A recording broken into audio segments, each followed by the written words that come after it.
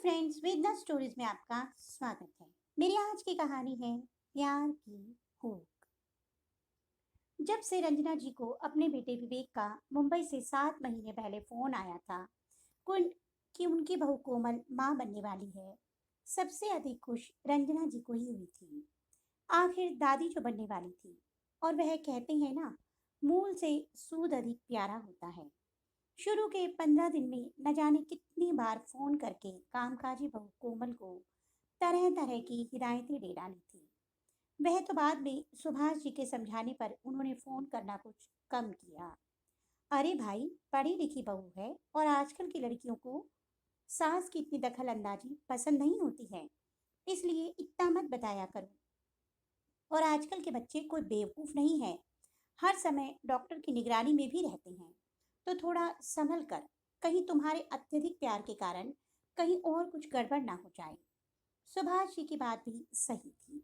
क्या पता बहू को कौन सी बात सास की बुरी लग जाए तो। अब सिर्फ फोन पर हालचाल ही पूछ लिया करती थी, हिदायतें देना बंद सा कर दिया था। कल शाम अचानक विवेक का फोन आया।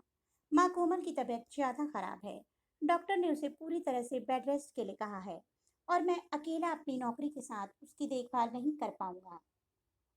मैंने आपकी टिकट बुक करवा दी है, बस परसों आप फ्लाइट से मुंबई जाना। कहते हुए विवेक ने फोन रख दिया।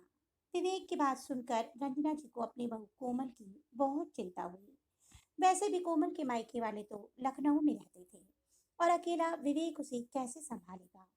जैसे ही उन्होंने अपने पति सुभाष को बताया तो उन्होंने भी झटपट रंजना को अपनी पैकिंग करने की सलाह दी। एक दिन बहुत जल्दी ही निकल गया। उस दिन में रंजना ने पहले अपने लिए पैकिंग की, साथ ही घर को समेटा और साथ ही काम वाली को भी 10 तरह की हिदायतें दी। पहली बार जो था, जब सुभाष जी को अपने से दूर यूं अकेले छोड़कर जा रही थी। वैसे तो बेटी नेहा भी उसी शहर में ब्याही हुई थी, उसे भी फोन करके कह दिया था पीछे से पापा का ध्यान रखना और मिलने आते रहना। नेहा ने भी कहा था, हाँ मम्मी, आप बेफिक्र होकर जाओ, आपके पीछे से मैं हफ्ते में 2 बार पापा को आकर देख लिया करूंगी।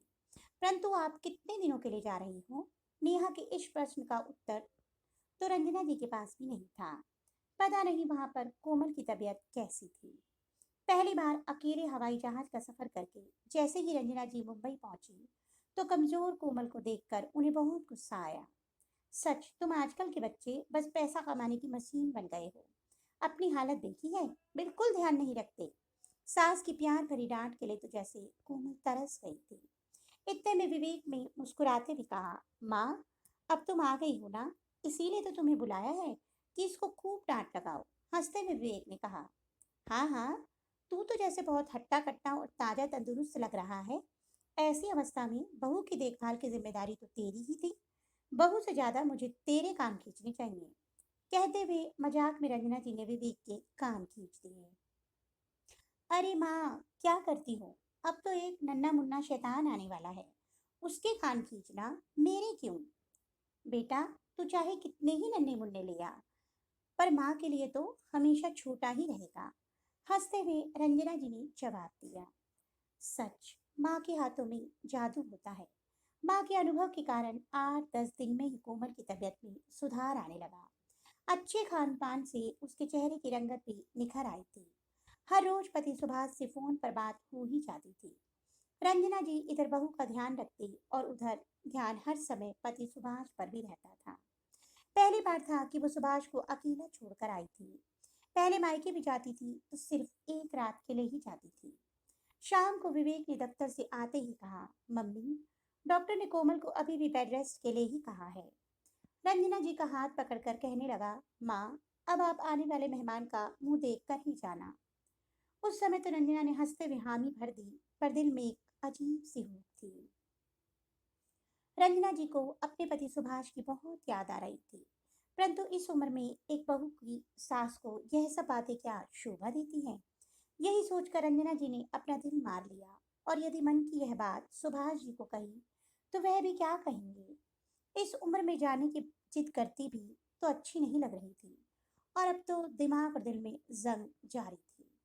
दिल कह रहा था कि पति के पास वापस चली जाए, परंतु जिम्मेदारी के एहसास ने दिमाग को हर बार की तरह जिता ही दिया था और पति के पास वापस जाने का कोई भी बहाना नहीं था। एक अजीब से धर्म संकट में फंसी दिन प दिन काट रही थी। 2 दिन बाद अचानक ही विवेक ने अपने पापा सुभाष को वीडियो कॉल किया और उन्हें बताया, पापा, अब मम्मी पूरे 2 महीने बाद ही आएगी, अपने पोते या पोती का मुंह देखने के बाद। जब से रंजना मुंबई आई थी, इतने समय में पहली बार वीडियो कॉल पर सुभाष और रंजना ने एक दूसरे को यूं आमने सामने देखा था। सुभाष जी ने भी हंसते हुए कहा, हाँ हाँ, जितने दिन मर्जी रख ले, जीवन में पहली बार तो मेरा तुम्हारी माँ से पीछा छूटा है। यह सुनकर रंजना के दिल में टीस उठी, परंतु बच्चों के सामने क्या कहती। अभी 2 ही दिन बीते थे कि दोपहर के अचानक दरवाजे की घंटी बजी। दरवाजा खोला तो सामने सुभाष खड़ा था। रंजना जी का चेहरा हिल गया। आप अचानक कैसे? सुभाष जी ने रंजना जी को गले लगाते हुए कहा, तुम्हारे दिल से उठी हुक सीधे मेरे दिल तक पहुंच गई। अगर तुम कुछ कहोगी नहीं तो क्या मैं समझूंगा नहीं? हर समय खिला रहने वाला तुम्हारा चेहरा उस दिन फोन पर एकदम उदास सा लगा। तुम्हारी आंखों में भी मैंने पढ़ लिया था कि तुम मुझे कितना याद कर रही हो। सुभाष ने रंजना को छेड़ते हुए कहा, चलो हटो भी, बहू सुन लेगी। सुभाष जी को पीछे करते हुए रंजना जी शर्मा कर बोली, सुन ले तो क्या है, मैं भी अपनी पत्नी के बगैर नहीं रह सकता था और मेरी पत्नी अपने पति के बिना, इसमें बुरी बात क्या है? सुभाष जी ने कहा। शाम को विवेक भी पिता को अचानक आया देखकर हैरान था। सुभाष जी ने भी हंसते हुए कहा, मुझे भी तो अपने आने वाले नन्हे मेहमान को की चाहत है। अब हम दोनों मिलकर हमारी बहू की सेवा करेंगे। उस उस नन्हे मुन्ने के आगमन की तैयारी हुई। सुभाष जी के बाद से सभी जोर से हंस पड़े। रंजना जी के चेहरे की खोई हुई मुस्कान वापस आ गई थी। सच में दोस्तों, ये सच है कि अगर रिश्ता सच्चा हो तो दूर बैठे भी बिना कुछ कहे आपके दिल की बात सामने वाले के दिल तक पहुंच ही जाती है। उम्र का दौर चाहे कोई भी हो, हर उम्र में इश्क जरूरी है। कई बार हम अपने जीवन साथी से अपने दिल की बात बताने में हिचकिचाहट आती है, परंतु सच्चा जीवन साथी वही है जो बिना कहे ही दूर बैठे अपने हमसफर के दिल की बात को समझ लेता है। तो दोस्तों, उम्मीद है आपको मेरी ये कहानी पसंद आई होगी। अगर आपको मेरी कहानी पसंद आई है तो मेरी कहानी को लाइक कीजिए और प्लीज़ प्लीज़ प्लीज़ मेरे चैनल को सब्सक्राइब करना मत भूलिए। जल्द ही एक नई कहानी के साथ मिलूंगी, तब तक के लिए बाय बाय।